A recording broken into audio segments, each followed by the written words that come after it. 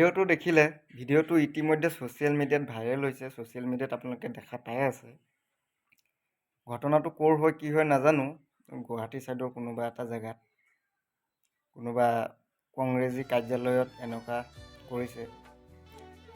আমাৰ প্ৰাণৰ শিল্পীজনক জুবিন দা মানে আমাৰ আৱেগ, মৰম, আমাৰ ৰজা, ভগৱান, আমি যিটো মানুহ আমি সেইটোকে মানিব পাৰোঁ। ভৰিয়ে কেনেকৈ গুৰিয়াইছে চাওক জুবিন দাৰ ফটো। মানে কি ক'ম, মানে মাথাই কাম কৰা নাই মানে। তো ইতিমধ্যে সি এনেকৈ কৰিছে, গুৰিয়াইছে ভৰিয়ে। তো সেইখন ভৰি তাৰ মানে এটা ভৰি মানে তাক শেষ কৰি পেলাব লাগে, মানে পাব্লিক ধুলাই দি ল'ব লাগে। তাৰপিছত মানে গ্ৰেপ্তাৰ কৰিব লাগে। বহুত ভিডিঅ' বনাইছে মানুহে যে গ্ৰেপ্তাৰ কৰিব লাগে, কিবা কৰিব লাগে। গ্ৰেপ্তাৰ নহয়, তাক ভৰি এটা মানে পংগু কৰি দিব লাগে, যাতে সি জিন্দগীৰ কাৰণে যাতে এইবিলাক কথা যাতে তাৰ মনত থাকি যায়, জীৱনৰ কাৰণে যাতে এনেকুৱা ভুল যাতে সি জিন্দগীৰ কাৰণে আৰু নকৰে। যাতে এনেকুৱা ভুলৰ কোনো ক্ষমা নাই নহয়। এনেকৈ ভুল কৰাৰ পাছত তাৰপিছত ক্ষমা বিচাৰিব, ৰাইজৰ আগত ক্ষমা বিচাৰিব, ভুল হৈ গ'ল, অমুক হৈ গ'ল, মই জুবিন অনুৰাগী।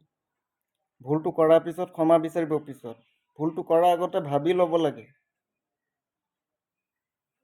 প্ৰথম ৰাইজে পাব্লিক ধুলাই দিব লাগে, পাব্লিক হাৰাশাস্তি দি ল'ব লাগে, ইয়াৰ উপযুক্ত শাস্তি দি ল'ব লাগে। তাৰপিছত চৰকাৰক দিব লাগে, চৰকাৰে কি শাস্তি দিয়ে দিব পিছত।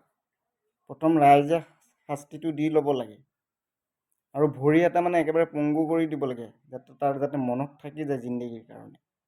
ভিডিঅ'টো শ্বেয়াৰ কৰি দিব, বহুত বেছি শ্বেয়াৰ কৰি দিব। আৰু এই মানুহজন, লাষ্টত কথা এটা কৈছোঁ, এই মানুহজন যোন দলৰে হওক, দলৰ লৈ মতলব নাই, কথা নাই, দলক লৈ মতলব নাই, কিন্তু ভগৱানক, আমাৰ ৰজাজনক যে, আমাৰ হিয়াৰ আমঠুজনক যে এনেকৈ অপমান কৰিছে, অপদস্থ কৰিছে, সেইটোহে আমাৰ মতলব। প্ৰথম ইয়াক ধুলাই, পাব্লিক ধুলাই দি ল'ব লাগে। জয় আই অসম, জয় জুবিন দা।